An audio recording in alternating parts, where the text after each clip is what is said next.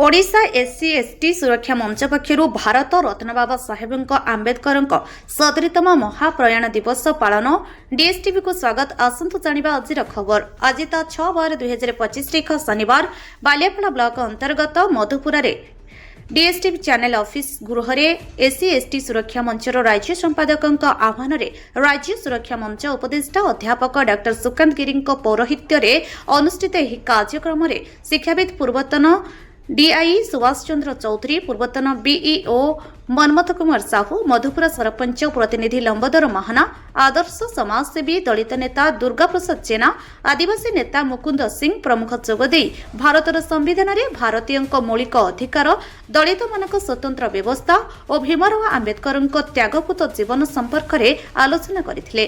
अन्यमानक मध्यरे कवि विजय कुमार पात्र, युवनेता स्वाधीन दास, प्राक्तन प्रधान शिक्षक सुधांशु शेखर पंचा, विश्व हिंदू परिषदर ब्लॉक संपादक श्रीहरिचरण मंडल, महिला स्वेच्छासेवी संगठन राहा संपादिका आरती पात्र, कवयित्री सविता राणी दास, बालियापाड़ा विकास परिषद सह संपादक रामचंद्र गंगाई, जननी परिवार जमुनामणि मालिक, सुमति गंगाई, बालियापाड़ा विकास परिषद संपादक सत्यनारायण सेठी, डीएसटीवी चैनल डायरेक्टर सुभांशु शेखर सेठी, समाजसेवी भवेश दास, अमूल्य दास, सांबादिक रमिता विश्वाल प्रमुख जोगदे आलोचना अंशग्रहण करथिले।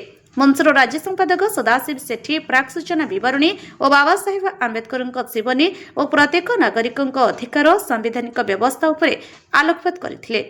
जिला सभापति सन्यासी बेहेरा स्वागत भाषण प्रदान करथिले। विशेष अवदान समाज पाई लंबोदर महाना, सदाशिव सेठी, दुर्गा प्रसाद जेना, मुकुंद सिंह, श्रीनिवास जेना प्रमुख को अनुष्ठान पक्षर संबोधित करा जायथिला। डीएसटीवी सांबादिक भीष्मचरण मल्लिक धन्यवाद अर्पण करथिले।